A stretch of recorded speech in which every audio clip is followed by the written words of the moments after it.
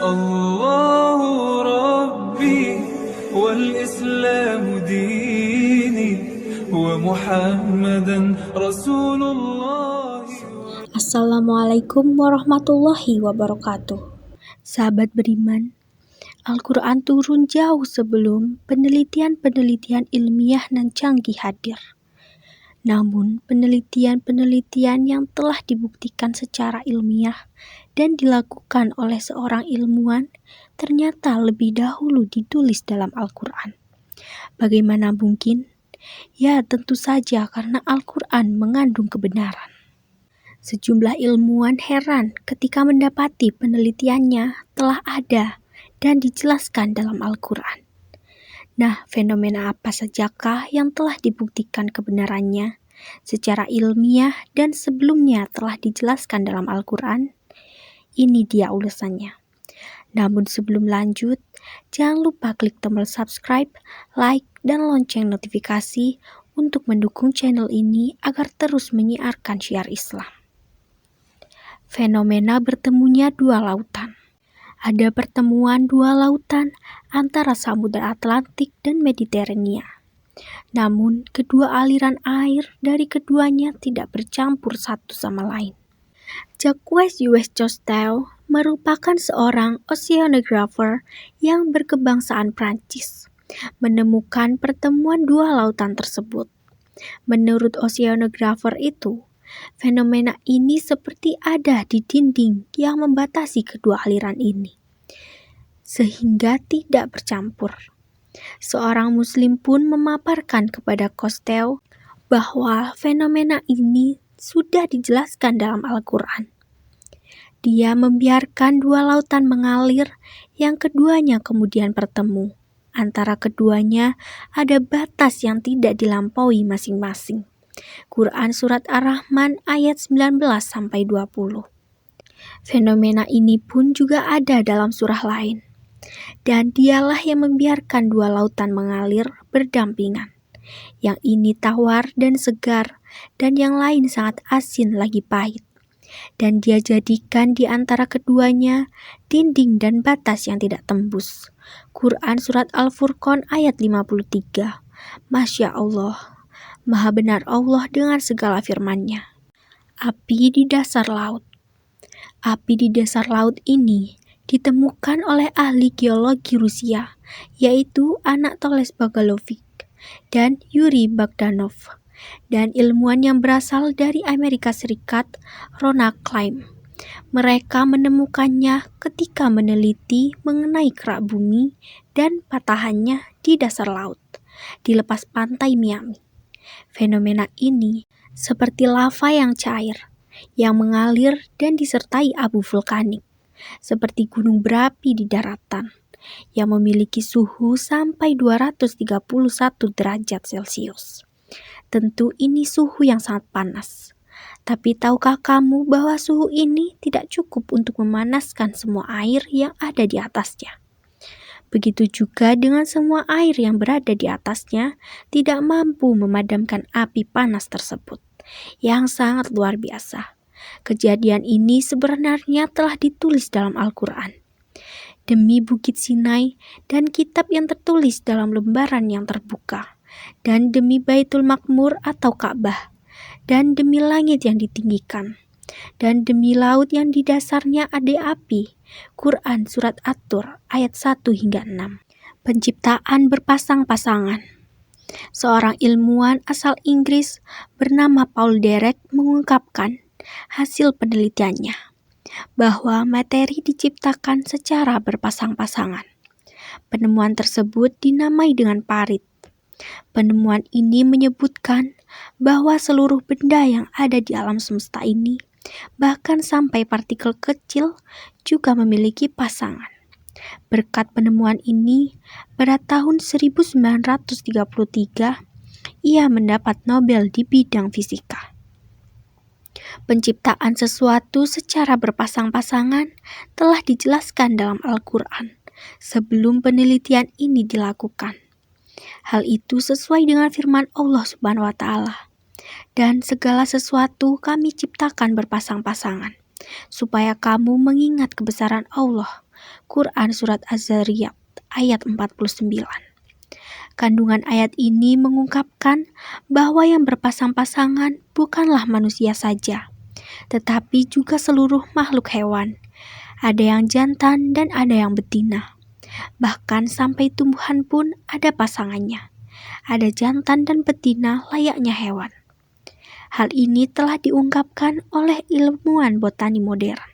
Terkait tumbuhan yang berpasang-pasangan juga sudah tertuang dalam Al-Quran sejak diturunkannya Al-Quran 14 abad yang lalu. Dan Dia menurunkan dari langit air, maka kami keluarkan dengannya berpasang-pasangan dari tumbuhan-tumbuhan yang beraneka ragam, warna dan juga rasa. Quran Surat Taha ayat 53. Jenis kelamin bayi. Hasil penelitian pada abad ke-20 dalam ilmuwan genetika memaparkan bahwa penentuan jenis kelamin bayi itu ditentukan oleh sperma pria. Dalam sperma tersebut terdapat 2 kromosom, yaitu kromosom X yang isinya berupa sifat-sifat kewanitaan dan kromosom yang isinya sifat-sifat kelaki-lakian. Dalam sel telur wanita hanya mengandung kromosom X saja. Jadi jenis kelamin bayi ditentukan oleh sperma yang membuahi dan mengandung kromosom X dan Y. Sebelum penemuan tersebut, orang-orang mengira bahwa jenis kelamin berasal dari wanita. Terkait jenis kelamin bayi sudah dijelaskan dalam Al-Quran jauh sebelum penelitian tersebut dilakukan. Dialah yang menciptakan berpasang-pasangan pria dan wanita dari air mani apabila dipancarkan. Quran Surat An-Najm ayat 45 hingga 46. Jasad Fir'aun yang masih utuh. Presiden Prancis menawarkan bantuan kepada kerajaan Mesir pada tahun 1975 untuk mempelajari, meneliti, dan menganalisis mumi Fir'aun atau Ramses II yang amat terkenal. Fir'aun yang dimaksud di sini adalah Fir'aun yang hidup pada zaman Nabi Musa alaihissalam. Fir'aun tersebut tenggelam di Laut Merah ketika mengejar Nabi Musa alaihissalam. Penelitian yang dipimpin oleh Profesor Dr. Maurid Musaili berhasil mengungkap bahwa terdapat sisa-sisa garam yang masih melekat pada jasad tersebut. Hal ini telah dijelaskan dalam Al-Quran sebelum penelitian ini dilakukan. Maka hari ini kami biarkan engkau, hai Fir'aun, terlepas dari badanmu yang tidak bernyawa di telan laut, untuk menjadi tanda bagi orang-orang setelahmu, supaya mereka mengambil pelajaran. Dan ingatlah, sesungguhnya kebanyakan manusia lengah terhadap tanda-tanda kekuasaan kami. Dasar laut. Kedalaman air laut yang kira-kira 200 meter hampir tidak ditemukan cahaya. Bahkan dengan kedalaman 1 kilometer atau lebih, dipastikan bahwa cahaya tidak ada yang bisa tembus ke dalam. Hal ini diketahui setelah dilakukan penelitian dengan menggunakan alat modern yang bisa menyelam ke dalam paling jauh di dalam samudra. Hal ini telah dijelaskan dalam Al-Quran sebagaimana firman-Nya, atau seperti gelap gulita di dalam lautan yang dalam, yang diliputi oleh ombak, yang di atasnya ombak pula, di atasnya lagi awan gelap gulita yang bertindih-tindih. Apabila Dia mengeluarkan tangannya, tiadalah Dia dapat melihatnya. Dan barang siapa yang tiada diberi petunjuk oleh Allah, tidaklah dia mempunyai sedikitpun. Quran Surat An-Nur ayat 40. Sahabat beriman, adanya beberapa penelitian yang ternyata sebelumnya telah ditulis dalam Al-Quran, membuat kita semakin yakin bahwa Al-Quran adalah sebenar-benarnya kitab suci, yang isinya adalah wahyu Allah. Siklus air. Sahabat beriman, ketika kamu bersekolah, pasti belajar IPA. Dalam pelajaran IPA tersebut, proses terjadinya hujan terjadi melalui beberapa tahapan. Air yang ada di permukaan bumi, baik itu di lautan, sungai, maupun di kolam, akan menjadi uap ketika terkena sinar matahari. Uap inilah yang akan naik ke udara dan kemudian menggumpal dan membentuk awan-awan. Ini pun bisa dibawa kemana saja oleh angin, sesuai kehendak Allah Subhanahu wa Ta'ala. Jika kandungan air dalam awan tersebut sudah jenuh, hujan pun turun, dan nantinya air itu akan kembali lagi ke lautan. Proses ini ternyata telah dijelaskan dalam Al-Quran. Allah dialah yang mengirimkan angin, lalu angin itu menggerakkan awan, dan Allah membentangkannya di langit menurut yang dikehendakinya, dan menjadikannya bergumpal-gumpal. Lalu kamu lihat hujan yang keluar dari celah-celahnya. Maka apabila hujan itu turun mengenai hamba-hambanya yang dikehendakinya, tiba-tiba mereka menjadi gembira. Quran Surat Ar-Rum ayat 48. Tumbuhan bertasbih. Majalah Cina terkenal bernama Journal of Molecular Biology mengungkapkan hasil penelitian tentang suara ultrasonik yang berasal dari tumbuhan. Penelitian dilakukan oleh tim ilmuwan yang berasal dari Amerika Serikat.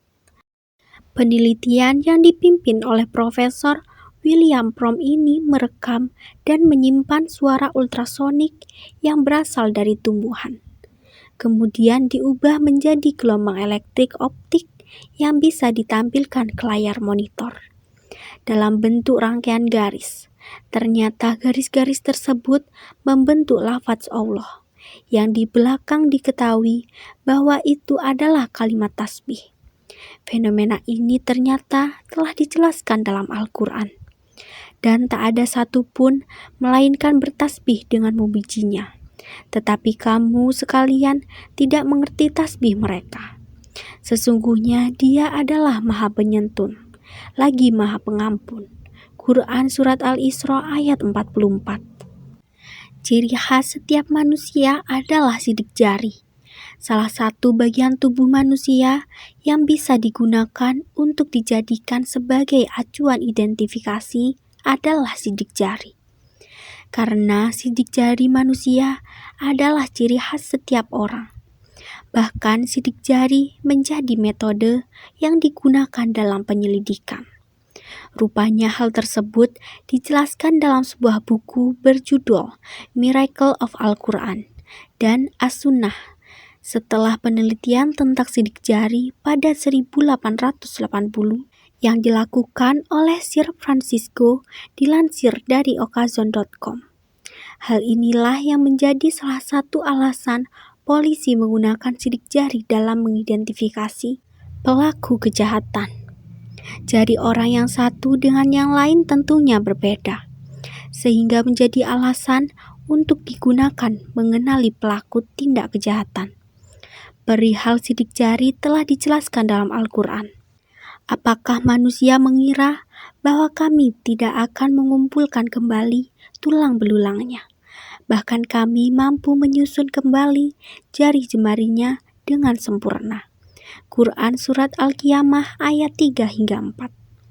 Sidik jari sebagai ciri khas dari setiap orang. Menjadi alasan digunakannya sidik jari sebagai kartu identitas yang juga digunakan di seluruh dunia. Selain itu, sidik jari juga digunakan pada smartphone sebagai sistem keamanan. Karena sidik jari dinilai mampu menjaga keamanan data dalam perangkat teknologi. Garis edar tata surya. Ahli astronomi mengungkapkan bahwa matahari bergerak dengan kecepatan hingga 720.000 km per jam ke arah bintang Vega. Pada soal APEC yang merupakan nama sebuah garis edar, tentu pergerakan ini sangat cepat. Hal ini dapat diartikan bahwa matahari bergerak kurang lebih 280.000 km dalam kurun waktu sehari. Tak hanya matahari, semua planet satelit dalam sistem gravitasi matahari juga menempuh jarak yang sama. Bahkan semua bintang pun. Fenomena tata surya dan garis edar telah dijelaskan dalam Al-Quran. Dan matahari berjalan di tempat peredarannya. Demikianlah ketetapan yang Maha Perkasa lagi Maha Mengetahui. Telah kami tetapkan manzilah-manzilah, sehingga setelah dia sampai ke manzilah yang terakhir, kembalilah dia sebagai bentuk tandan yang tua. Tidaklah mungkin bagi matahari mendapatkan bulan, dan malam pun tidak dapat mendahului siang. Dan masing-masing beredar pada garis edarnya. Quran Surah Yasin ayat 38 hingga 40. Sahabat beriman, itulah 10 kebenaran Al-Quran yang juga telah dibuktikan oleh penelitian ilmiah. Para ilmuwan pun takjub dengan fenomena Al-Quran yang akhirnya terbukti dengan penelitian ilmiah. Padahal ketika Al-Quran diturunkan, belum ada alat-alat yang canggih yang bisa digunakan untuk penelitian. Jadi setelah menonton video ini, tidak ada lagi keraguan di dalam Al-Quran, dan memang seharusnya tidak ada. Wallahu a'lam bishawab. Sahabat beriman, jangan lupa berbagi informasi dengan share video ini. Karena sebaik-baik manusia adalah yang paling bermanfaat bagi manusia. Wassalamualaikum warahmatullahi wabarakatuh.